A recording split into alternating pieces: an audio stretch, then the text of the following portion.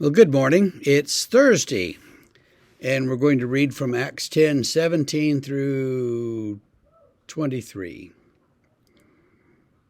Now, while Peter was inwardly perplexed as to what the vision that he had seen might mean, behold, the men who were sent by Cornelius, having made inquiry for Simon's house, stood at the gate and called out to ask whether Simon, who was called Peter, was lodging there. And while Peter was pondering the vision, the Spirit said to him, Behold, 3 men are looking for you.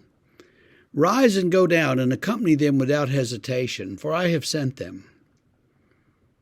So Peter went down to the men and said, I'm the one you're looking for. What is the reason for your coming?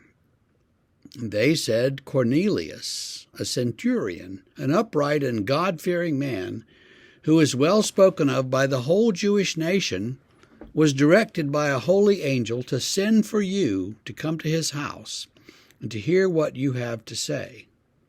So he invited them in to be his guests.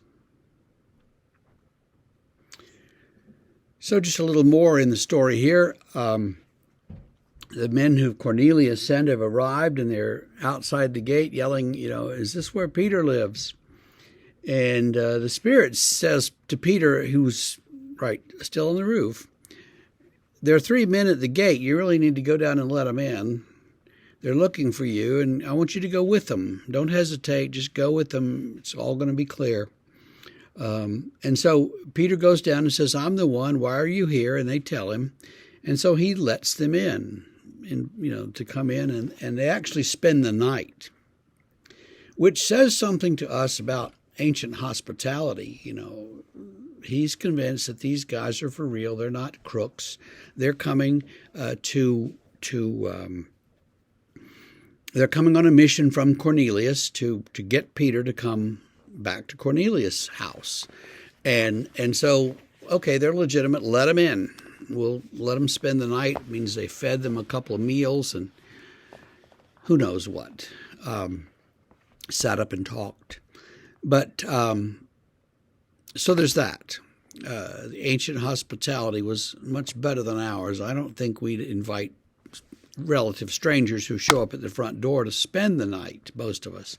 And that's that's because we live in a different society than they did, with different expectations on both sides about what you would do. The other thing that strikes me in this passage is Peter's responsiveness to the Spirit. The Spirit says to Peter, hey, go downstairs. There's 3 men down there. I brought them here, and go with them. Don't hesitate.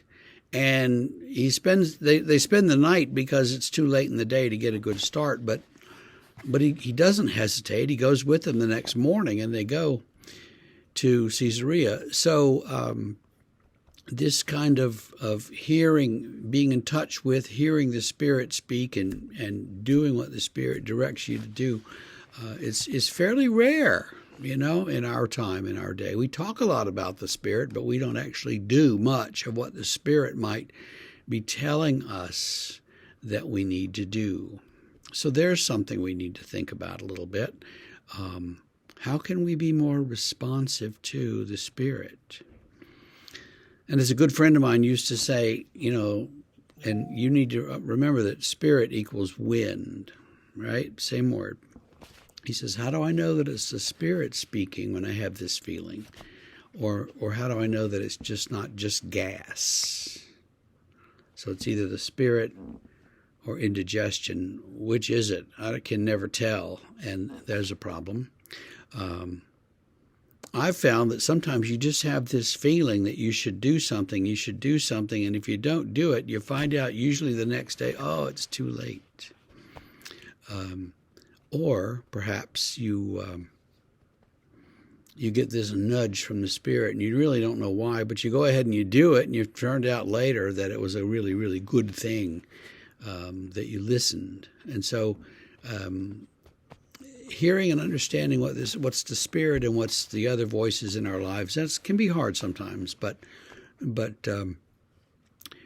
try to tune yourself in and listen for the Spirit's leading. And as you do that, have a wonderful day, and we will see you tomorrow.